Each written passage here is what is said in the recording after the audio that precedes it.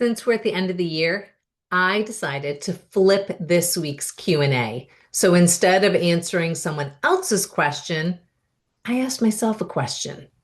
What did I learn from supporting women with chronic migraines in 2025?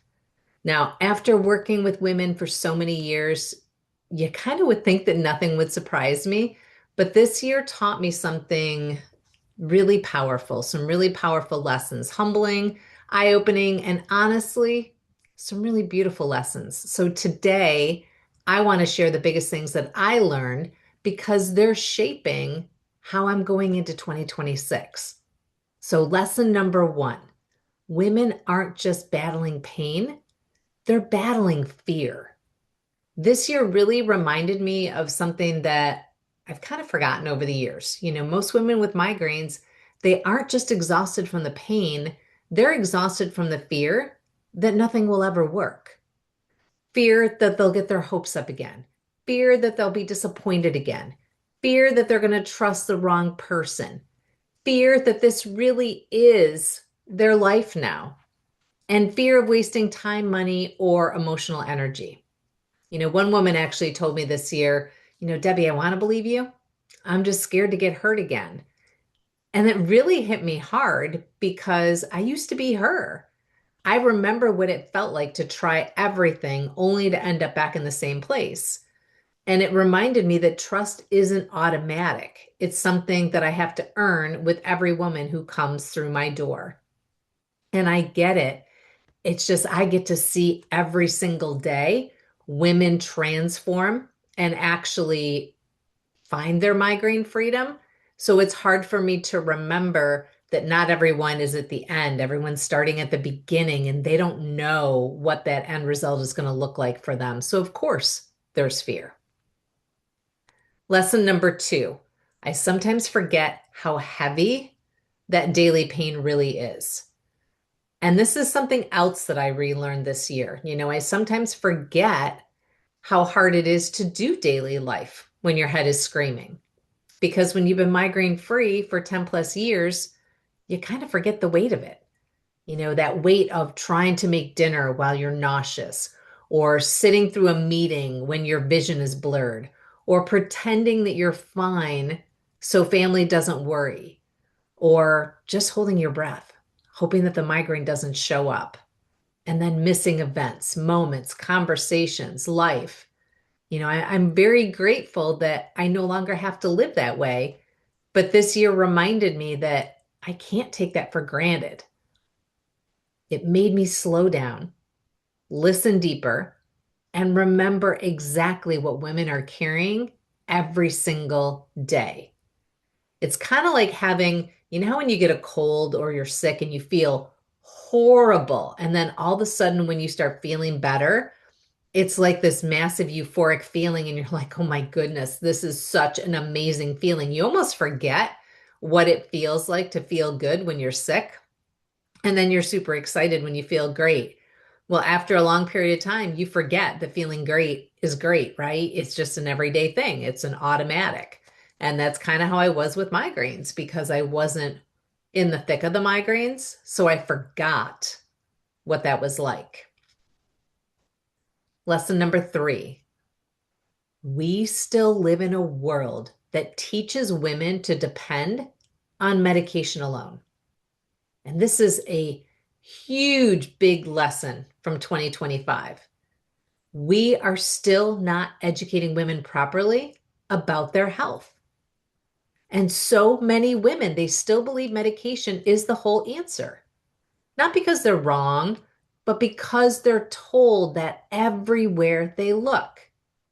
Commercials are telling them that. Celebrity endorsements, magazine spreads, doctor's visits that last like 7 minutes. The take the pill and you're fixed messaging. We don't tell women how inflammation plays a role, how gut health affects migraines, how hormones shift, not the ones you're thinking of though, how sleep, stress, toxins, and food sensitivities add up, and how their bodies are desperately trying to communicate what they need instead of betraying them. And women end up internalizing this message, right? If medications didn't fix me, maybe I'm unfixable. This year reminded me how important it is to teach women to take back ownership of their health and not wait for outside answers that never give the full picture. We need to remember that when we see that commercial, when we see that celebrity, this is a marketing campaign. It is not a root cause solution. We have to remember to take control of our health. Lesson number 4, women don't need perfection. They need connection. I also learned this year that women, they're not failing because they aren't disciplined or, that they aren't consistent. They aren't, bad at sticking with things.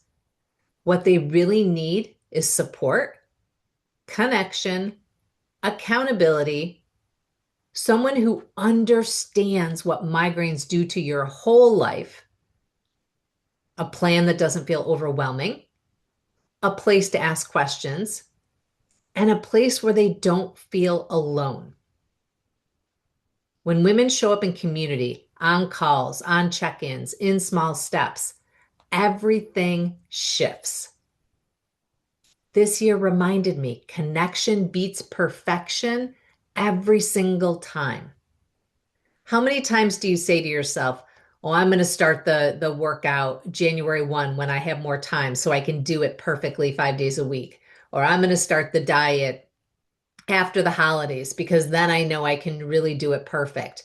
Or I'm going to start working on my health after the new year because then I know I can give it my all. Well, how about instead of waiting for those times when you think that you can do it perfectly, you just start with the small pieces now that you can do. It is amazing the shifts that can happen when you just make the tiniest change. And that's what we help women do in the Freedom from Migraine method. Lesson number 5, watching women reclaim their lives is still the most rewarding work that I could ever do. And now this lesson, it fills me with so much joy. The transformation that I see, it moves me to the core every single day.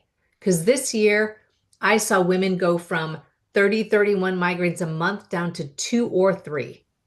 Turn daily migraines into occasional head pressure. I saw women taking 2-week travel trips abroad that they never thought was possible.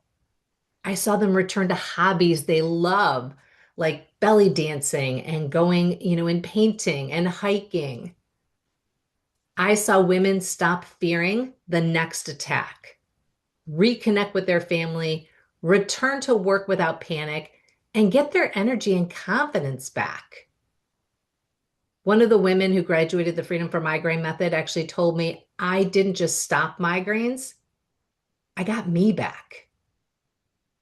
And another said, the Freedom from Migraine method just didn't change my migraines, it actually changed my future. Because when that inflammation drops and their whole body begins functioning better, they're also reducing their long-term risk of heart disease, of dementia, of autoimmunity, of strokes, of cancer, right? Migraines are the start, but what they gain is lifelong health. That's the part that keeps me fired up and ready for more. So what did 2025 teach me? First of all, women are carrying far more fear than they admit. And migraine pain, it's only half the story. The emotional toll is just as heavy.